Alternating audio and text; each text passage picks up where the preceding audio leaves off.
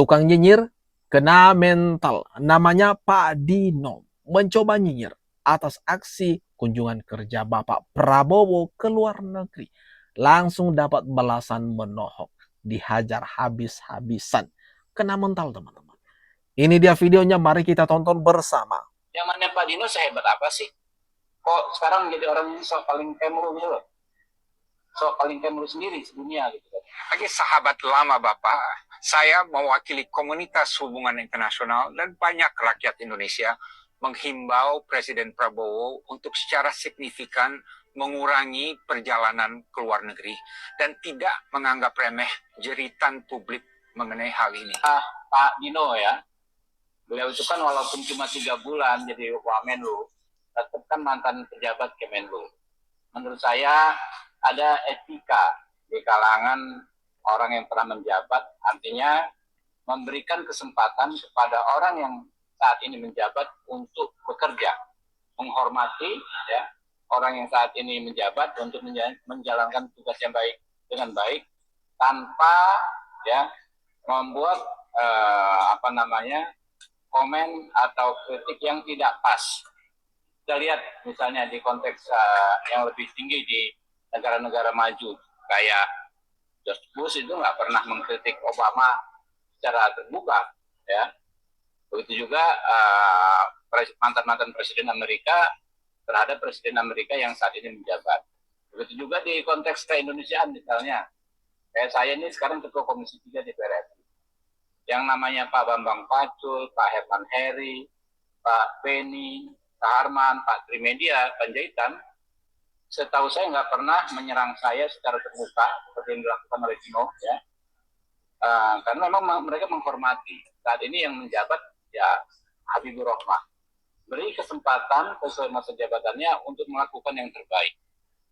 Kayak saya juga akan berpikir kelak ya saat tidak lagi sebagai ketua Komisi 3, saya nggak akan mengintervensi, nggak akan mengolok-olok ya ketua Komisi 3 yang saat itu menjabat, karena kesempatan saya menunjukkan hal-hal terbaik yang saya miliki adalah saat ini ketika saat tengah menjabat sebagai ketua Komisi 3.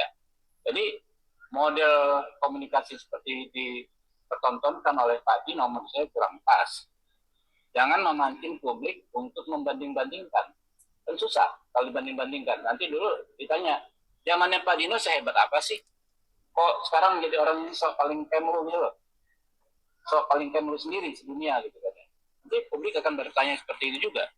Nah, makanya sudah saatnya saya juga mengkritik balik. Namanya Pak Dino, mantan wakil menteri luar negeri yang menjabat cuma 3 bulan dan akhirnya dipecat. Mencoba nyinyir, mencoba mengkritik Presiden Prabowo. Akhirnya kena mental, dapat balasan yang setimpal dari Habibur Rahman, Ketua Komisi 3 DPR RI. Sehebat apa sih Pak Dino ini semasa beliau itu menjabat? Biarlah yang sekarang menjabat beri kesempatan. Enggak elok kalau kritikan seperti yang dilakukan oleh Pak Dino sekarang. Waduh, ini gimana menurut kalian teman-teman? Komen-komen di bawah. Dibilang Prabowo jalan-jalan ke luar negeri, senang jalan-jalan ke luar negeri, ya kan? Saudara, untuk amankan minyak, ya gue harus kemana-mana. Kita ke Jepang kemarin ya, kita ke Jepang, kita dapat, ini saya berangkat lagi nih, aku mau berangkat lagi nih ke sebuah negara. Nanti begitu aku berangkat, kau tahu kemana. Amankan juga, tapi alhamdulillah sebelum saya berangkat advance team tenang, ya. Jadi saya ini confident, nggak ada itu. Bagi saya Indonesia gelap, nggak ada, ya. Indonesia cerah. Presiden Prabowo menegaskan, kenapa sih? Apa sih alasannya kenapa dia harus mondar-mandir ke luar negeri? Salah satunya adalah untuk minyak. Tahu sendiri kan, di mana beberapa bulan yang telah lewat, harga minyak dunia melonjak tinggi, drastis, luar biasa. Tapi Indonesia harganya tetap normal hingga hari ini. Jadi rakyat merasakan dampaknya dari perjalanan luar negeri Presiden Prabowo. Terus ada yang nyinyir. Aduh, ini gimana nih teman-teman menurut kalian? Komen di bawah. Karena saya di-mention oleh Pak Dubes Dino, saya mau luruskan beberapa hal. Sebelumnya, terima kasih atas masukan yang telah diberikan, sangat cermat dan terstruktur. Saya pikir beliau adalah diplomat hebat, pernah menjadi wakil Menteri Luar Negeri, walau hanya diberi kesempatan sekitar 3 bulan. Jadi yang pertama, masalah biaya bila keluar negeri. Ini sudah dijelaskan beberapa kali. Jadi segala kelebihan biaya yang telah dianggarkan oleh negara itu sepenuhnya ditanggung oleh pribadi Presiden Prabowo. Kemudian yang kedua, jumlah rombongan. Ini sangat penting. Jumlah rombongan Presiden Prabowo itu sudah berkurang besar-besaran, lebih dari separuh dari periode sebelumnya. Kemudian yang ketiga, jadwal harus 1 tahun sebelumnya. Jadi gini, perkembangan dunia global itu sangat dinamis, hari per hari.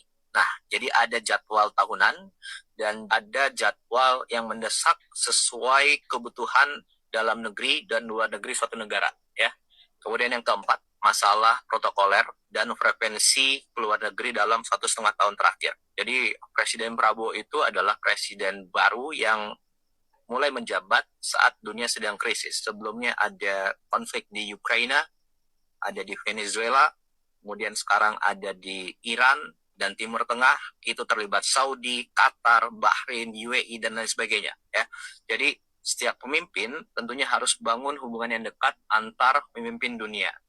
Dan kita tidak bisa hanya mengandalkan saat krisis, baru kita minta bantuan. Tidak, kita harus panen hubungan yang baik, lalu bila suatu saat ada kondisi mendesak, kita bisa minta bantuan. Dan begitu pula sebaliknya. Oke?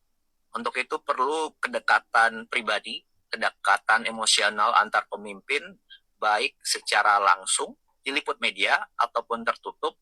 Nah, itulah diplomasi. Jadi salah besar kalau dibilang hanya gagah-gagahan. Ini tanggapan langsung dari Seskap Teddy mengenai nyinyiran dari Bapak itu tadi. Yang nyinyir terhadap kunjungan kerja Presiden Prabowo, berbicara mengenai biaya lah. Di sini juga ditegaskan oleh Seskap Teddy bahwa kalau ada kelebihan dari anggaran yang telah ditetapkan, maka itu ditutupi dengan uang pribadi Presiden Prabowo. Dan itu penting sekali.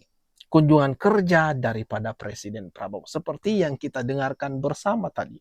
Nggak mungkin kan kalau ada sesuatu insiden, peristiwa, musibah yang terjadi di Indonesia baru nanti langsung minta bantuan ke negara luar. Tentunya harus ada diplomasi, harus ada pendekatan-pendekatan secara emosional terhadap pimpinan-pimpinan negara tersebut. Baru nanti kalau ada sesuatu, misalkan saja ada musibah, bencana, jadi tidak sungkan-sungkan lagi untuk meminta bantuan. Dan begitu juga sebaliknya. Jadi nggak mungkin kan pas ada kejadian baru juga minta bantuan. Ini gimana kalau menurut kalian teman-teman? Komen-komen di bawah ini. Dan juga saya jalan-jalan untuk menjaga rakyat saya, untuk menjaga lapangan kerja. Negara-negara barat datang ke kita karena sumber alam kita, karena rempah-rempah. Jadi kalau mau jadi superpower waktu itu harus punya angkatan laut. Angkatan laut butuh rempah-rempah dan dia butuh kayu. Mereka ke Pulau Timur, ambil kayu-kayu kita yang bagus. Kita ini dari dulu selalu menjadi tujuan, inceran sebelum mereka. Karena kekayaan kita, akhirnya kita harus punya hubungan baik dan banyak negara. Kita anggota ASEAN, tapi kita juga apa? Kita anggota G20, anggota OKI. Kita ikut banyak OKI lah. Nah, kalau kita diundang, kita tidak datang, kan nggak bagus. Makanya setiap Presiden Indonesia ya capek. Disangka saya suka jalan-jalan ke situ. Nah, lagi-lagi ditegaskan oleh Presiden Prabowo ya, mengenai kenapa sih dia harus langsung turun tangan ke luar negeri. Ini loh teman-teman. Jadi kepada oposisi, kepada kelompok-kelompok yang tidak senang dengan pemerintah, yang benci dengan Presiden Prabowo, kasih paham. Dengan video-video ini, biar mereka paham. Ada tujuan besar di balik aksi-aksi Presiden Prabowo tersebut. Bukan hanya sekedar gagahan, jalan-jalan, menghabiskan anggaran dan sebagainya. Tidak seperti tudingan mereka, teman-teman. Nah itu dia, gimana nih?